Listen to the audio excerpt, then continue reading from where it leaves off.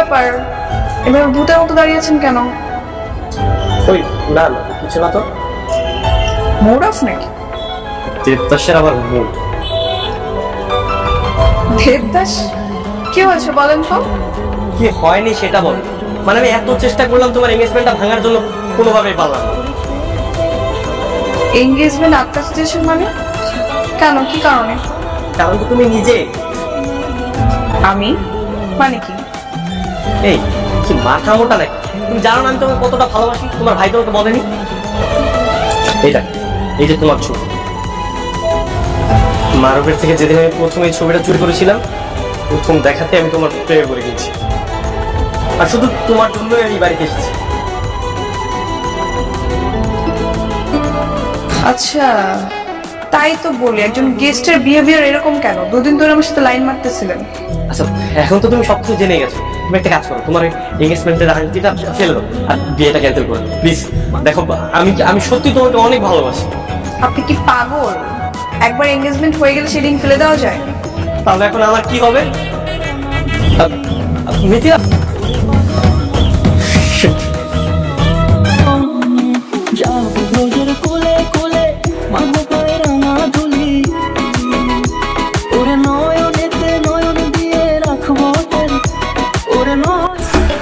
গত রাতে এঙ্গেজমেন্ট হয়ে গেল, আর আজ সকাল হতে না হতে সে আংটি খুঁজে পাওয়া যাচ্ছে। আমি কিচ্ছু করে হারাইছি, আমাকে কেন বকতেছো? ঠিক তো আঙ্কেল, মিথিলাকে বকে লাভ নেই, মিথিলার তো কোনো দোষ নেই। আসলে আঙ্কেল সব দোষ হচ্ছে ওই আংটিটা, বুঝছেন? আমি প্রথম যখন দেখেছি না, আমার তখন থেকে সন্দেহ হচ্ছে। আবি চুপ করবি তুই, সবসময় এটা তো মন করা কথা বলা বাদ দে। এটা একটা সিরিয়াস বিষয়। আর বাবা আমি তো সিরিয়াস কথাই বলছি, এখানে মিথিলার তো কোনো দোষ নেই। আঙ্কেল আপনি একটা কাজ করবেন, বিয়েটা না ভেঙে দেন। দেখেন এখনই কত উল্টা পাল্টা অলক্ষণে কাণ্ড করছে। সামান্য একটা কারণে বিয়ে ভেঙে দেবো? আর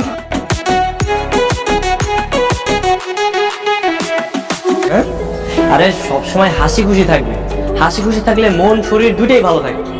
আমি এমনি অনেক ভালো আছি, আপনি এখানে কেন আসছেন? শোনো, তোমার জন্য একটা লটারির ব্যবস্থা করেছি, বুঝেছো?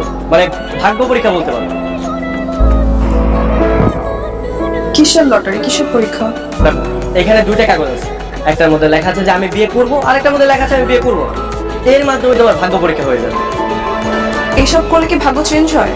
হ্যাঁ অবশ্যই হবে। দেখো এটা দুটো টোকেন আছে, যে কোনো একটা। দেখলে আমি বললাম না বিয়ে করা যাবে না, আমি তো বলেছিলাম তোর বিয়েটা করা যাবে না। দেখেছো? দেখ হ্যাঁ তাই তো লেখা। কোনো সন্দেহ আছে?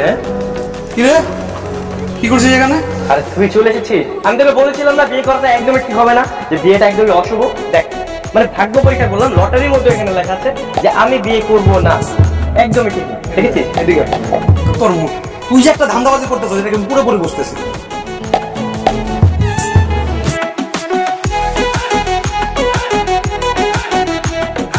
আরে মাথা মোটা, তোর মাথা খারাপ হয়ে গেছে, তুই বুঝতেছস? আমার পরিবার থেকে যদি এটা জানে কি একটা পরিবেশ তৈরি হবে, তুই বুঝতেছস? দেখ কিচ্ছু হবে না, তুই নিচে যা, যা যা যা বলছি, যা। এসব কি? মানে আসলে একদম চুপ থাকেন। আপনি কেন সব ভণ্ডামি করতেছেন বলেন তো? দেখো আমি তোমাকে ভালোবাসি। চুপ থাকেন, নেক্সট টাইম এই কথাটা একবার বলবেন না। আমি যদি বাবাকে জানাই না, আপনার সাথে সাথে আমার ভাইকে বাসা থেকে বের করে দিবে। সেসব বন্ধ করুন। দেখো তুমি বিষয়টা নিয়ে আরেকবার ভেবে দেখো না। আমি কিছুই ভাবতে চাই না, 17 তারিখে আমার বিয়ে আর সবকিছু আয়োজন হচ্ছে, এটাই ফাইনাল।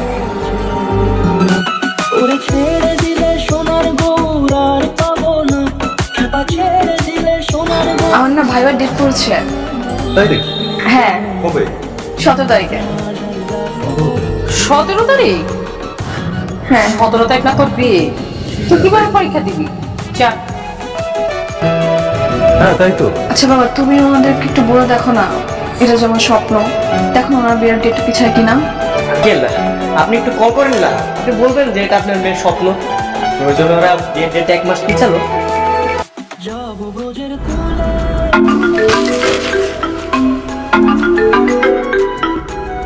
আসসালামু আলাইকুম বিআই সাহেব, কেমন আছেন? ওয়ালাইকুম সালাম, আলহামদুলিল্লাহ ভালো আছি। এই সামান্য একটা প্রবলেমে পড়ে আপনাকে কল দেওয়া। তোর তো বিয়ের ডেট পড়ে গেছে 17 তারিখ, আবার ইন্টারভিউ ডেটও 17 তারিখ। এখন চাচ্ছিলাম যে বিয়ের ডেটটা যদি একটু পেছানো যেত। অসম্ভব, কেন, সমস্যা কি? বিয়ে সাহেব, প্রথমত আমি আমার বৌমাকে চাকরি করতে দেব না, দ্বিতীয়ত এই বিয়ের দিন তারিখ কোনো ক্রমেই পিছানো সম্ভব নয়। সম্ভব না, বিয়ে পেছানো সম্ভব না। তুই মানসিকভাবে বিয়ের প্রস্তুতি নেয়। চাকরি করার কি দরকার? আল্লাহ রহমতে ওদের বাড়ি গাড়ি টাকা পয়সা কোনো কিছু তো অভাব নেই। মন খারাপ করিস না। ছেড়ে দেব না তোমার মাঝারে রাখিব, ছেড়ে দেব না।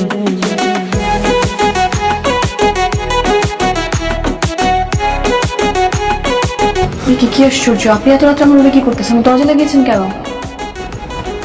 দেখো, তোমাকে কিছু কথা বলতে এসেছি। কি কথা? দেখো, জীবন তো একটাই, জীবনে এরকম স্বপ্ন বারবার পূরণ করতে পারবে না তুমি, এত সুযোগ বারবার আসবে না। এখন আমি কি করব বলেন? আমার আব্বু বিয়েটা ঠিক করেছে, আমার তো কিছু করার নেই। দেখো, উপায় তো আছে। কি?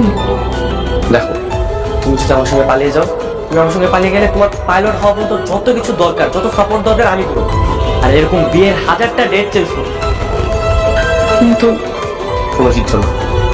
আমি তোমাকে রেগুলার বিমানবন্দরে নিয়ে যেতাম, আমি গাড়িতে করে চলতাম আর তুমি উপরে বিমানে করে চলতো। কতই না ভালো লাগতো দুজনের, বলো? আমারও তো এরকম স্বপ্ন ছিল, কিন্তু পূরণ হওয়ার তো কোনো উপায় নেই। আরে উপায় তো আছে, আমি তো তোমাকে কি ভাবছো?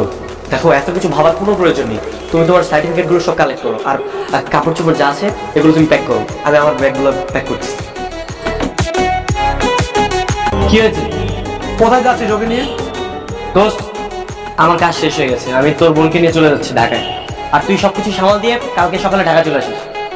মিথিলা, তুই ওর সাথে যাবি? হ্যাঁ ভাইয়া। আমি তোকে বলেছিলাম না, আমি ভালোবেসে তোর বোনকে জয় করে নিয়ে যাবো। জয় করিস। যা, সাবধানে যা। আল্লাহ হাফেজ। চল।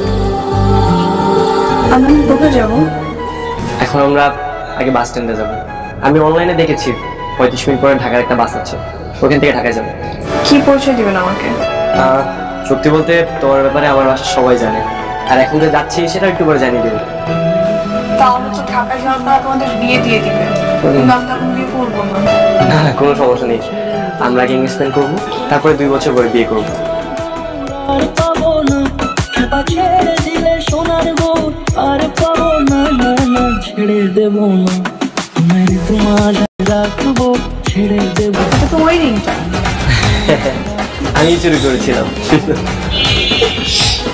খুব চাল রিংই সব ছিল, মানুষটাকেও চুরি করে নিয়ে গেছে। তুমি আমার দুই নামে নাও, তোমার জন্য আমি সবকিছু করতে পারি।